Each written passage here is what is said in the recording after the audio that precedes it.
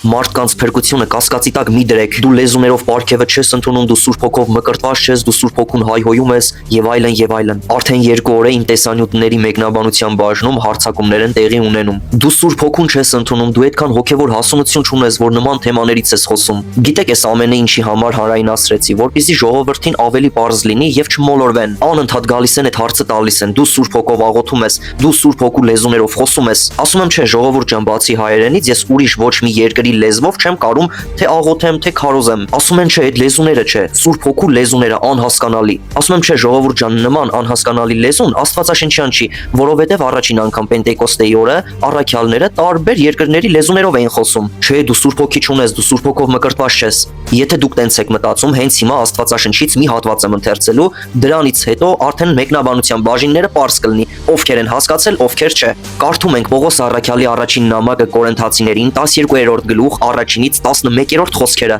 Կխնդրեմ շատ ուշադիր լսեք, որպեսզի վերջում ձեզ հարց եմ տալու։ Եղբայրներ, չեմ կամենում, որ հոգևոր պարգևների մասին անտեղյակ լինեք։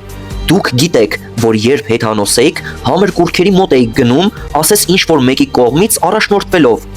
Դրա համար ձեզ հայտնում եմ, որ Աստծու հոգով խոսող ոչ ոք չկա, որ Հիսուսին նզովյալ ասի, եւ ոչ ոք չի կարող Հիսուսին Տեր ասել, եթե ոչ Սուրբ Հոգով։ Պարգևները զանազան են, բայց պարգևողը նույն Հոգին է։ Ծառայություններն էլ զանազան են, բայց դրանք տվողը նույն Տերն է։ Գործերն էլ զանազան են, բայց նույն Աստված է, որ ամեն բան գործի է դնում ամենքի մեջ, բայց ամեն մեկին հոգու հայտնությունը օգուտի համար է տրված, որովհետև մեկին հոգուց իմաստության խոսք է տրված, մյուսին գիտության խոսք, նույն հոգու չափով, մյուսին հավատ, նույն հոգով, ուրիշին բժշկության շնորհ, նույն հոգով, մեկ ուրիշին զորավոր գործեր, ուրիշին մարգարեություն, ուրիշին հոգիների զանազանում, մեկ ուրիշին տարատեսակ լեզուներ, ուրիշին լեզուների թարգմանություն, բայց այս բոլորը հենց նույն հոգին է գործի դնում, ամեն մեկին բաժանելով այնպես, ինչպես կամենում է։ Իսկ հիմա ժողովուրդ ջան, եկեք հետ գնանք 3-րդ խոսքը ընթերցենք։ Դրա համար ձեզ հայտնում եմ, որ Աստծու հոգով խոսող ոչ ոք չկա, որ Հիսուսին նզովյալ ասի,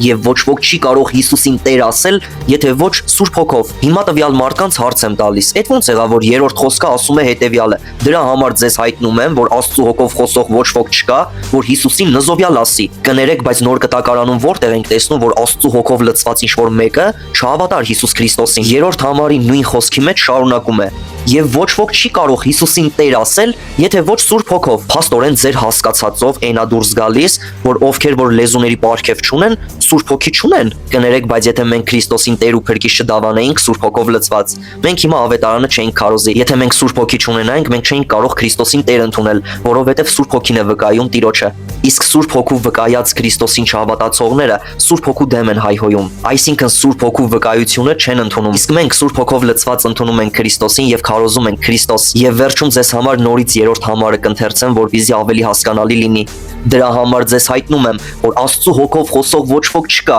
որ Հիսուսին նզովյալ ասի, եւ ոչ ոք չի կարող Հիսուսին Տեր ասել, եթե ոչ Սուրբ Հոգով։ Սիրելի իմ քրիստոնյա, եթե ինչ-որ մեկը ձեզ ասի, եթե լեզուներով չեք խոսում, չեք աղոթում, ուրեմն Սուրբ Հոգի չունեք, միանգամից տվյալ մարդուն ասում եք, որ դուք սուտ խոսանեք, դուք ստում եք ու կասկածի տակ եք դնում մարդկանց փրկությունը։ Կարող ես տեսանյութը տարածել, որպեսզի ընկերներդ էլ իմանան ճշմարտությունը ու երբեք իրենց փրկությունը կասկածի տակ չդնեն։ Այսքանը լավ եղեք, Հիսուս Քրիստոսով եղեք։